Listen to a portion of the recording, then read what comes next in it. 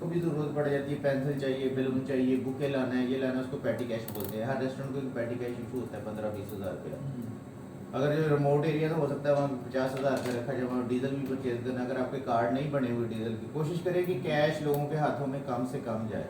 Cash management ये है कि अच्छा अदारा लोगों के हाथों में जितना कैश जाएगा उसका उतना यूटिलाइजेशन हो सकता है। वो 4 दिन कैश और पैसे ऊपर और कहे जी मेरे पास पर्चियाँ मौजूद हैं, उसकी जगह पर्चियाँ डाल दे।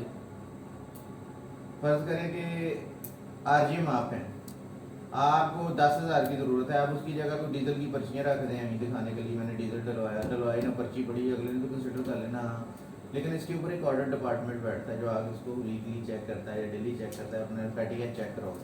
उसमें कोई मसले मसाइल है तो ऑडिट पहले होता था, लेकिन वो भी अब बंद हो गया, वो भी अब नहीं हो रहा। उन्होंने मेरा ख्याल कैश ही कम कर दिया ब्रांचेस पे, so that after cash reconciliation क्या है, एंड पे आपने बैंकिंग इकट्ठी करनी है और सारी चीज़ें जो है ना वो मैंने बताया कि मैनेजर और उसने रख के जानी है। पेटी कैश को लहदा रिकनसाइल करना और कैश को रिकनसाइल लहदा करना है। चेंज और फंड के लिए फ्लोट आपने लहदा करने। छठी चीज़ है फ्लोट। राइडर के आपके पास 10 राइडर है तो 10 फ्लोट राइडर के होने चाहिए, 5000 आपके लिए वो होना चाहिए टिल फ्लोट। हर अगर 2 टिलें जा रही हैं तो 10,000 होना चाहिए, 15,000 फ्लोट होना चाहिए। 10 और 15 कितना हो गया 25। कम से कम ब्रांच को मेरे हिसाब से कोई 25-40 हज़ार रुपये ब्रांच के पास होना चाहिए। लेकिन यहाँ पे कितना जवाब बोला हुआ है 10,000 ठीक है 10,000 वो से चल जाता है ना मामला। फ्लोट होता है, फ्लोट से भी वो करते रहते हैं।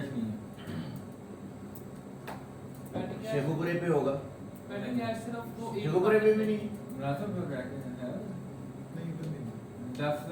तो how manage the thing, diesel कैसे मैनेज करते हैं, बाइकों का पेट्रोल कैसे? वो डेली सेल्स में चला जाता है। अच्छा वो राइडर खुद ही सेल्स में उस दिन की सेल में से डलवा वो एक्सपेंस में डाल के एक्सपेंस में डाल के शिफ्ट शुरू की है, डीजल खत्म हो गया तो वो यानी अपने तौर पे मैनेज करता है staff.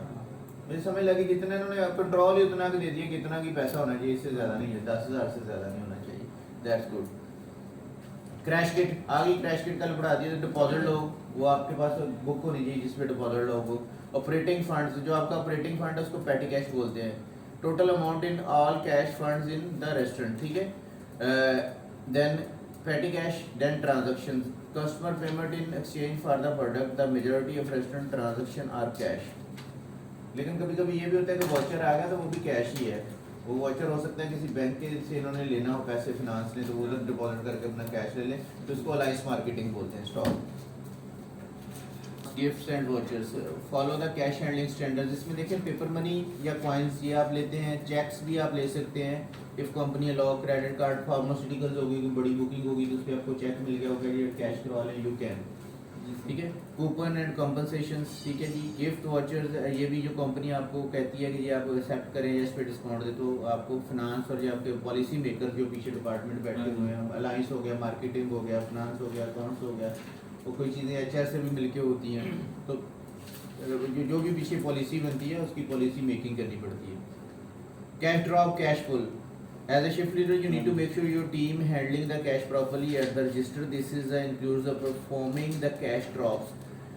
Then you can do the cash pull, which are the sometimes referred to the skim or bleed as a needed. Skim or bleed. Skimming and bleeding. Skimming and bleeding same चीज़ का नाम है। Cash drop is when a team member takes the excess cash from the register and put into the drop box.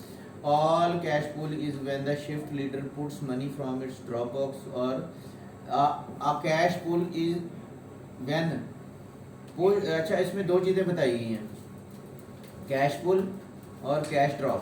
पुल तब करना है जब उसका short हो गया है, ठीक है।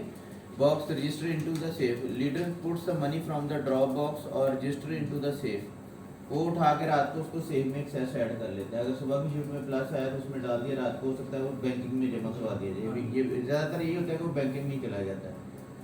कभी जो कंप्लेन होगी या प्रेफरेंस होगी कंपनी पे भी तो करती है, वो एम्प्लॉइज़ का नहीं है। अगर शॉर्ट हो जाए तो एम्प्लॉइज ने देना है, लेकिन वो जो एक्सेस आया वो कंपनी के पास ही जाएगा। यही पॉलिसी है ना। टीम मेंबर सिक्योरिटी, अकाउंटेबिलिटी, एक्यूरेटी, ये मैनेजर पे भी डिपेंड कर रहा होता है कि वो कैशियर की रिप्यूट बहुत अच्छी है, वो अगर उसको कंपनसेट कर देता है। लेकिन पॉलिसी ये कि एक्सेस कैश जो है पुल करके सेफ में ही जाना है। स्टॉप चला था।